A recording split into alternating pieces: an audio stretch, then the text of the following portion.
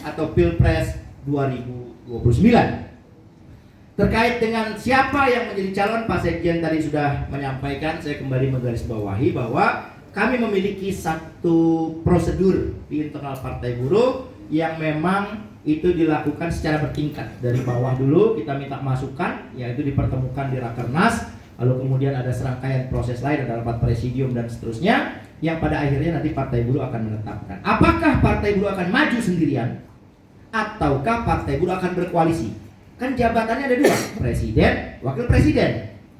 Ya kali dua-duanya Partai Buruh, kan ya lazimnya atau wajarnya lah. Yang wajarnya itu kan pasti yang satunya barangkali ya calon wakil presidennya kah begitu, itu barangkali dari partai lain atau tokoh independen bisa saja, tapi nanti diusulkan oleh Partai Buruh. Karena sekarang siapapun partai boleh mengusulkan calon presiden dan wakil presiden. Terima kasih. Assalamualaikum warahmatullahi wabarakatuh. Dari Bungnya, Ya, boleh. dari Bapilu ya, Ilham Shah. Cek. Selamat sore kawan-kawan. Saya Ilham Shah, Ketua Badan Pemenangan Pemilu Partai Buruh. Pertama, yang ingin saya sampaikan, selain dari apresiasi bagi 4 mahasiswa yang mengajukan gugatan yang dikabulkan oleh MK ini sebenarnya menjawab publik yang selama ini menjudge bahwa anak muda tidak peduli politik, anak muda apatis terhadap politik. Hari ini terjawab. Anak-anak muda hari ini lebih peduli terhadap demokrasi, karena problem demokrasi ini adalah problem yang akan menentukan masa depan mereka ke depan. Yang kedua, yang ingin saya sampaikan, ada yang menarik dari harapan baru kita terhadap MK yang sekarang ini. Tentu mungkin tidak lepas upaya MK untuk berbenah diri, membersihkan diri dari apa yang dulu diputuskan yang sempat membuat publik atau rakyat kecewa. Sekarang MK mulai memperbaiki diri. Paling tidak ada 4 keputusan-keputusan atau terobosan dari MK yang cukup progresif. Mulai sebelumnya undang-undang pemilu juga tentang parliamentary threshold 4% yang dianggap ketinggian. Ya, artinya MK juga memandatkan untuk merubah parliamentary threshold. Kedua, gugatan Partai Buruh yang dimenangkan tentang batas persyaratan untuk kepala daerah.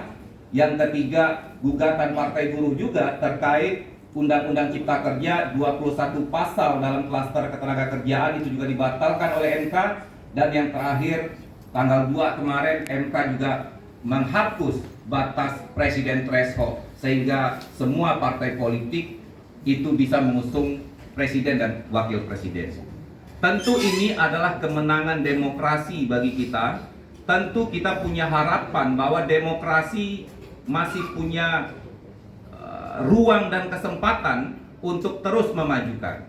Nah, Partai Buruh yang kemarin ikut pemilu, dari proses pengalaman kemarin itu tidak hanya yang sudah dimenangkan ini saja sebenarnya yang menjadi hambatan bagi demokrasi rakyat, tapi ada beberapa pasal dalam undang-undang partai politik maupun dalam undang-undang pemilu yang kita anggap tidak pro demokrasi atau merugikan kepentingan rakyat. Selain dari parliamentary threshold, presiden threshold, ada yang juga pernah digugat oleh Partai Buruh, itu terkait pemilih berdasarkan alamat KTP. Nah, ini salah satu pasal yang membuat kenapa 25% atau 30% dari total pemilih akhirnya tidak bisa menggunakan hak suaranya. Dan Partai Buruh adalah salah satu partai yang paling dirugikan dengan aturan tersebut, karena buruh-buruh yang bekerja di kawasan industri kebanyakan mereka adalah KTP-nya masih di kampung. Mahasiswa-mahasiswa yang ada di kampus-kampus yang kuliah, yang sudah mempunyai hak pilih, tapi mereka KTP-nya masih di kampung. Sehingga pada saat pencoblosan, mereka tidak bisa menggunakan hak suaranya untuk pemilu legislatif. Nah, tentu pasal ini perlu dikaji, perlu direvisi atau diperbaiki, sehingga hak demokrasi rakyat ini itu tidak terberangus oleh aturan-aturan pasal-pasal gitu. Nah, selain itu juga banyak lagi tentang hak seorang calon legislatif, batas pendidikan, jenjang pendidikan, terkait tentang proporsional terbuka berdasarkan suara terbanyak, lalu sistem pemilu kita yang masih manual.